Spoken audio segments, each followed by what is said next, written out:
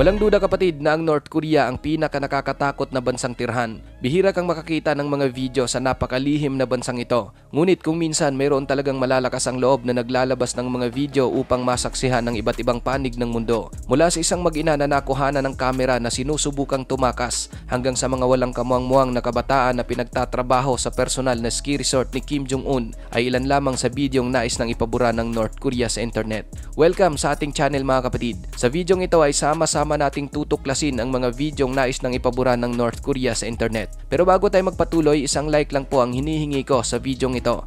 Malaking bagay na po yan bilang suporta sa ating bawat in-upload. Back to the video. Una sa ating listahan ang inarestong Amerikanong ito. Prisoner number 429 ang tawag sa kanya sa North Korea. Ngunit ang kanyang tunay na pangalan ay si Kim Dong-chul. Isang American citizen at negosyante itong si Kim Dong-chul na ipinanganak sa South Korea. Aktibo rin siya bilang isang Kristiyano at noong 2015 pumunta siya sa North Korea para sa isang missionary work.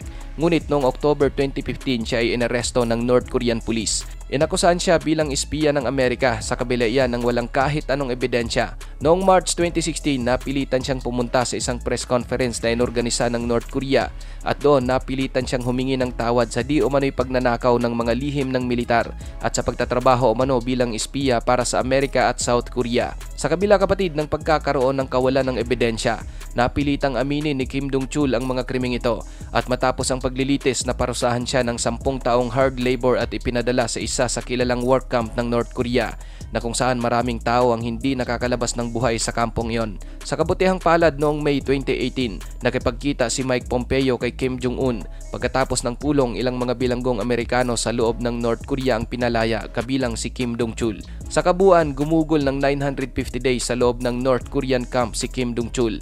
Base pa sa kanya, ang karanasan na iyon ang pinaka-nakakatakot na kanyang naranasan sa kanyang tanang buhay.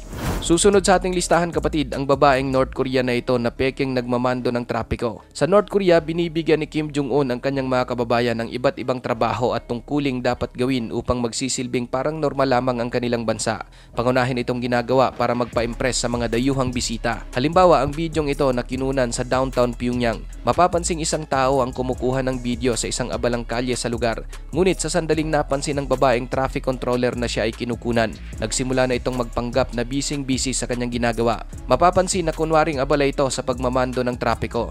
Ngunit sa kabila ng kanyang pagiging animoy busy at pagwagayway ng kanyang dalang bandila, wala naman talaga siyang ginagawa at patuloy lamang at normal na dumadaan ang mga kotse sa kalsada at binabaliwala lang siya ng mga tao na tumatawid pa rin sa kalye. Mahalata mo na nagpapanggap lamang na nagtatrabaho ang traffic controller na ito dahil ang katotohanan, hindi kailangan ng North Korea ng traffic controller officer sapagkat halos walang tao sa bansa ang mayroong sasakyan. Kaya naman maraming nagtatrabaho roon kabilang ang mga sundalo ay madalas na nagkukumyot. Talagang kakaunti lang din ang sasakyan sa North Korea. Katunayan marami kang makikitang mga kabataan na madalas na ginagawang playground ng kalye. Ito naman kapatid ang isang nag-leak na video na kung saan tampok dito ang isang pamilyang walang matitirhan sa North Korea. Ang Pyongyang ang isa sa mga mas mayayamang lugar sa North Korea. Ngunit malinaw na hindi lahat ng nandoon ay may pera. Makikita sa bidyong ito ang isang homeless na babae kasama ang kanyang anak. Pareho silang sobrang payat at nakatira lamang sa isang maliit na barong-barong. Base sa babae kapatid, sa gabi lamang sila lumalabas upang maghanap ng makakain sa kung saan-saan. Hindi umano sila lumalabas sa syudad tuwing araw dahil sa takot na baka sila'y arestuhin at ipadala sa labor camp o ang mas masahol ay baka sila'y patayin. Ayon sa nasabing report, nakaka-depress na makita ang kahirapan na umiiral sa loob ng kabisera ng North Korea. Ito naman ang isang kumakalat na footage ng isang mag-ina na nagsisika para makatakas sa North Korea. Ang video na ito ay kinuha mula sa China. Sa kabilang dako ng lawa ay ang parte na ng North Korea. Ang makikita mong mga taong nagkukumpulan ay ang mga sundalong North Korean, samantalang ang makikitang nakatayo sa nagyayelong lawa ay ang isang ina at ang kanyang anak na babae. Kung titignan mong mabuti ang nasabing video, makikita na inaresto ng North Korean police ang mag-ina. Sinasabing nangyari umano ang insidente nang suhulan ng inaresto ang isa sa mga gwardya ng North Korean para makalusot. Ngunit habang tumatawid sila, nakita sila ng ibang mga gwardya at doon na nangyari ang pag-aresto. Pagkatapos mahuli ang mag-ina, nakakalungkot makita na tumatalon-talon ang anak nitong babae na umiiyak dahil alam niya kung ano ang kanilang kahihinatnan. Ipapadala sila sa isa sa mga infamous work camp ng North Korea at ang masakla pa, makukulong din ang lahat ng pamilya nila. Kilala ang North Korea sa pagkakaroon ng tinatawag na generation of punishment o yung pagpaparusa sa buong angkan sa ganitong klaseng kasalanan. Halimbawa, kung ang isang tao ay mapupunta sa bilangguan, ang kanilang mga magulang at ang kanilang mga anak ay mapupunta rin sa bilangguan kasama nila. Ito ay upang magkaroon ng takot ang mamamayang North Korea at matiyak na walang sino man ang sumubok na makatakas. Ang video naman na ito ay nagpapakita ng pagkakaroon ng talamak na child labor sa North Korea. Noong 2016, isang human rights group ang nag-leak sa videong ito na kung saan makikita ang isang batang North Korea na nagtatrabaho sa isang riles. Sa isa pang video, makikita naman ang mga kabataang ginagawa bilang mga slave labor.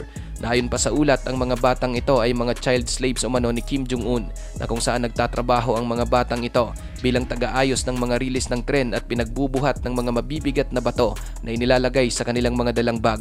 Pinipilit magtrabaho ang naturang mga bata ng 10 oras kada araw habang nasa ilalim ang mga ito ng nakatirik na sikat ng araw. Samantalang hindi sila binabayaran sa kanilang maghapon at mabigat na ginagawa. Ang footage na ito ay pasekretong kinunan kung saan ang mga batang nagtatrabaho ay sinasabing nasa 8 hanggang 9 na taong gulang pa lamang at makikita mo ang payat na payat nilang pangangatawan. Dagdag pa sa ulat, ang mga bata namang nasa 11 taong gulang ay pinagtatrabaho ni Kim Jong-un sa kanyang magarang ski resort. Pinagtatrabaho nila ng mahabang oras sa ilalim ng napakalamig na temperatura habang binabantayan ng isang maliit na grupo ng mga sundalo upang matyak na hinding-hindi sila tatakas. Buha naman ang bidyong ito kung saan makikitang pinagbabaril ng mga sundalong North Korean ang mga larawan ng isang sundalong Amerikano. Noong 2014, isang training video ang inilabas na nagmula sa North Korean Army.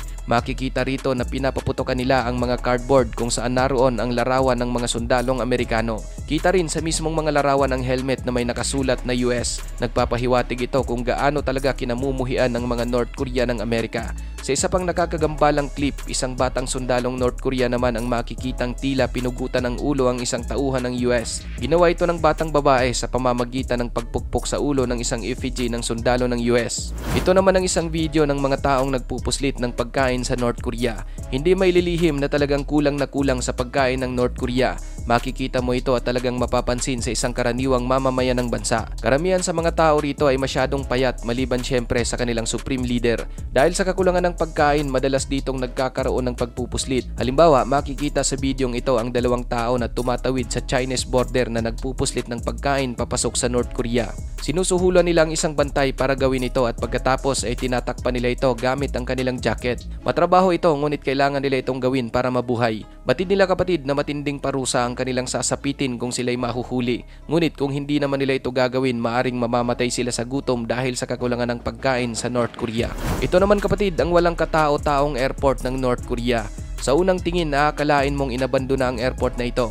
Ngunit ang katotohanan, talagang ang airport na ito ang pinakaabalang airport ng North Korea. Hindi mo na kailangang mag-alala tungkol sa mahabang pila dahil wala talagang katao-tao kahit saan. Halos walang staff at kahit ang mga pasahero ay kakaunti. Hindi pinapayagan ng mga North Korea na umalis ng bansa kaya ang paliparan ay umiira lamang para sa mga dayuhang bisita. At common na rito ang mga pagkakataon na nag-iisa ka lamang sa eroplano. Ito naman ang isang video ng North Korean Army drill. Noong 2016, nagkaroon ng show of force ang hukbo ng North Korea. Kakaibang mga exercise ang kanilang pinapakita sa kamera. Kasama rito ang pagbasag ng malalaking bato sa kanilang mga tiyan at pagpalo ng mga matitigas na bagay habang pinapanood sila ni Kim Jong-un. Sa isang pagkakataon, binabasag ng isang sundalo ang mga bricks gamit ang kanyang kamay at humiga naman ang isa pa sa mga bubog. Bawat North Korean ay sapilitang pinapasali sa army pagdating sa edad na hindi bababa sa 10 taon. Kung kaya't ito ang nagiging dahilan kung bakit ang hukbo ng North Korea ay may humigit kumulang 1 milyong tropa. Ayon sa report, ang ganitong video ng North Korea ay isang propaganda na may layuning takutin ang mga foreign military. Ito naman kapatid ang sinasabing mga batang walang makain sa North Korea. Ang video na ito ay nagmula sa isang syudad sa North Korea na nagpapakita ng isang bahay ampunan na puno ng nagugutom na mga bata. Ang mga farmland sa North Korea kapatid ay nakakalungkot na hindi napanatili ng maayos. Wala umanong pakialam sa mga tao roon ang rehimeng Kim kung kaya't napakarami roong nagugutom.